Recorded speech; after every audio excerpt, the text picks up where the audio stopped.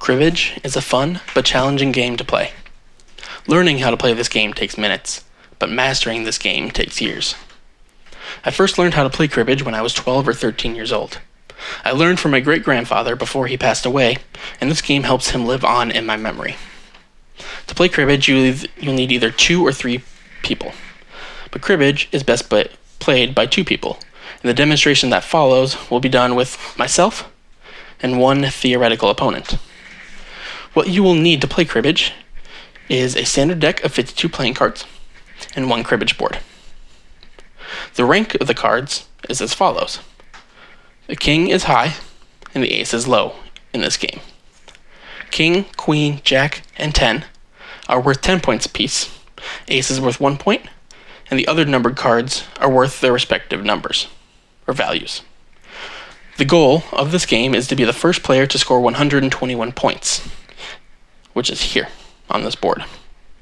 As you will see in this video, players earn points during play and for making various combinations with their cards. We will go over scoring later. Each turn, the same sequence of events happens, and they break down into 2 phases, the play phase and the counting phase. The first phase is known as the play phase. To start the play phase, the dealer will distribute 6 cards to each player, face down. I have already done that for sake of time. Each player will look at their 6 cards and will lay away 2 of their cards face down to reduce their hands to 4 cards each. The 4 cards that are discarded into a pile known as the crib. Now the crib belongs to the dealer, but these cards are not exposed or used until after the play phase. So I will do that now. So we will take 2 cards from each pile. Now, the non-dealer will cut the deck and flip over 1 card. This card is going to be known from here on out as a starter card.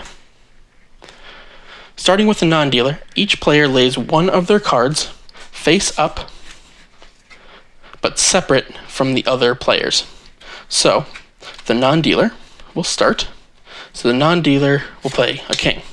Now, it is important to note that during this phase, there's multiple ways to get points. One of the ways is to count to 15. Second way is to count to 31. You cannot count over 31 during this play phase. So, for example, I have played this king, or my opponent has played this king. Now I will play a 6. That is going to be 16. My opponent will then play again, so he will play an 8. That will make it 24. So I will look at my cards and see if I have any cards that I can play that will make it to 31 or lower. If I don't, I will say go, and my opponent will get 1 point. But in this case, I have a 6, so I'll play that. That'll be a 30. My opponent will say go because they don't have a card that they can play. So I will move 1 peg. This will continue until all of the cards have been used.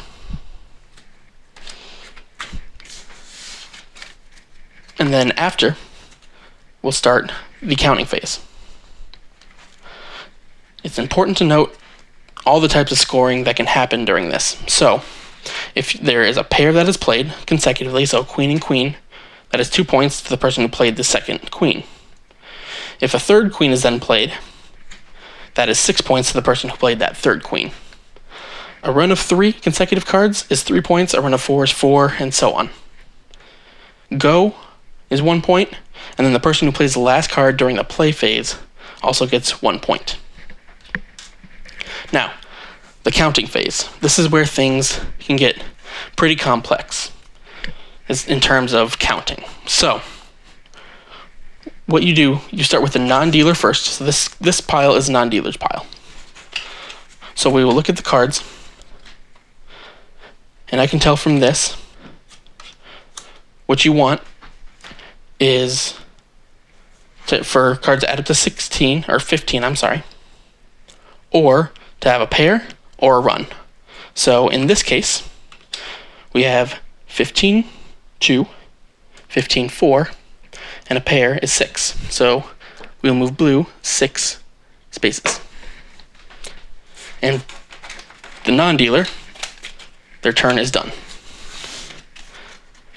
The dealer will then count their cards, including the 7, which you will keep on the pile, like I didn't there.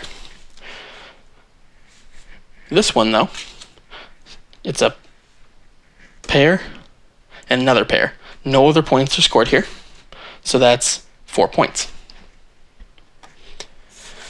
Then the dealer will take the starter card, and they will count the crib. So the crib in this case is also only 2 points. So the dealer will move 2 points. After that, you will shuffle the cards up again, and you will restart. And now the non-dealer from last round is now the dealer.